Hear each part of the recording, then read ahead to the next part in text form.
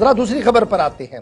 एक तरफ से ये चल रहा है, ये दुनिया भर की मीडिया लिख रहा है कितना 500 लोगों की मौत हुई 12 दिन के अंदर, लेकिन ईरान के अंदर क्या कुछ चल रहा है। ईरान ने सख्त मौक़िफ़ इख्तियार किया है और ये सख्त मौक़िफ़ जो है वो अमेरिका के खिलाफ इख्तियार किया गया है और साफ कर दिया गया कि अगर अमेरिका ने किसी भी तरह की कोई मुहिम जोई की तो उसका भरपूर मज़ाहमत किया जाएगा और अमरीकी बेसों को मुख्तलिफ दुनिया के इलाकों के अंदर निशाना बनाया जाएगा। ये साफ कर दिया गया है। ये क्यों बयान आया है थोड़ी देर में वो भी हम आपको बताएंगे, लेकिन ईरान का पहला रिएक्शन, ऑफिशियल रिएक्शन सामने आया है जिसमें अमेरिका का नाम लेकर साफ कर दिया गया कि अगर ईरान पर मुहिम जोई की गई, हमला करने की कोशिश की गई, किसी भी तरीके से कोई मुदाखलत करने की कोशिश की गई तो अमेरिका के खिलाफ भरपूर एहतजाज और भरपूर हमला किया जाएगा। और यह साफ कर दिया गया है कि जिन लोगों की गिरफ्तारियां ईरान के अंदर की गई हैं उससे यह साबित हो रहा है कि किस तरीके से सहूनी ताकतें ईरान के अंदर काम कर रही हैं और ईरान को डिस्टेबलाइज करने की कोशिशें कर रही हैं। और जो इब्तिदाई रिपोर्ट्स जो हम ये बता रहे थे कि 500 की एक इदारा है हराना, उनका मानना है कि तकरीबन 495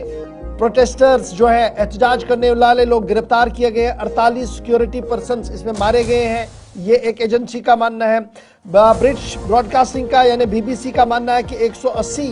लाशें जो है वो तेहरान के आसपास दिखी गई है, काउंट ऐसा उनका है। लेकिन इस दौरान एहतजाजी मुजाहिरीन लाइव फायर का इस्तेमाल कर रहे हैं, यानी असला का इस्तेमाल कर रहे हैं। ईरान के अंदर एहतजाजी मुजाहिरीन असला का इस्तेमाल कर रहे हैं। ये खबर ये जो तमाम एजेंसियां लिख रही हैं और इस तरीके से ईरान और अमेरिका के बीच तनाव जो थोड़ा सा कम हुआ था पिछले दिनों, पिछले साल आपको याद होगा जब इजराइल के खिलाफ हमला हुआ था, इजराइल के खिलाफ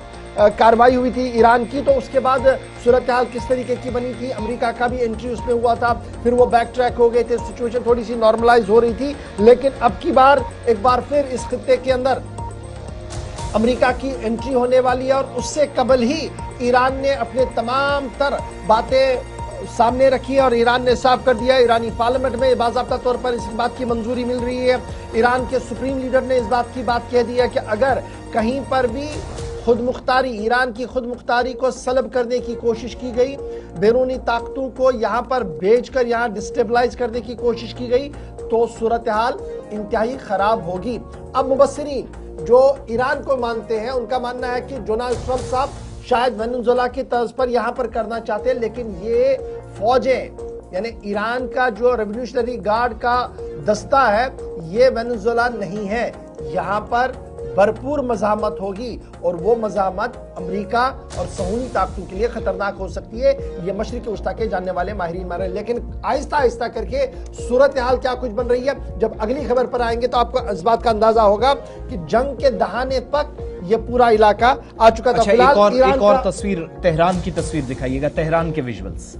जो ये तो एक तरफ के आपने प्रोटेस्ट देखे जो मगरबी मीडिया में भी आप मुसलसल देख रहे हैं या सोशल मीडिया के जरिए किसी भी तरीके से आप तक खबरें पहुंच रही थी, ये नॉर्मल सिचुएशन है तेहरान के अंदर और मकामी मीडिया भी इस बात की रिपोर्ट कर रहा है कि मैक्सिमम जगहों को साफ कर लिया गया। 100 से ज्यादा शहरों में एहतजाज शुरू हुआ था, लेकिन now Iran is on normal routine, जहां पर हुकूमत के हक में लाखों लोग सड़कों पर निकले हैं, परचम हाथों में लिए हुए ईरान जिंदाबाद, खामनेई जिंदाबाद के नारे लगाए जा रहे हैं और तकरीबन एक चेन बनाकर 10.5 से 15 किलोमीटर के दरमियान लंबी तेहरान की सड़कों पर, जहां यह बताया गया कि अगर वसी पैमाने पर एहतजाज हुकूमत के खिलाफ हो रहे हैं, मौजूदा रजीम के खिलाफ नाराजगी है, तो वो छोटा सा गिरोह या एक झुंड इतने बड़ी तादाद में जो लोग सड़कों पर निकले उनके सामने कुछ भी नहीं है। एक तो ये कंफर्मेशन। दूसरा, मैक्सिमम जगहों के अंदर सूरत हाल मामूल पर लौट आई है, जो मकामी मीडिया भी अब दावा कर रहा है और चीजें वक्त गुजरने के साथ साथ ठीक हो रही हैं। एक ये कंफर्मेशन।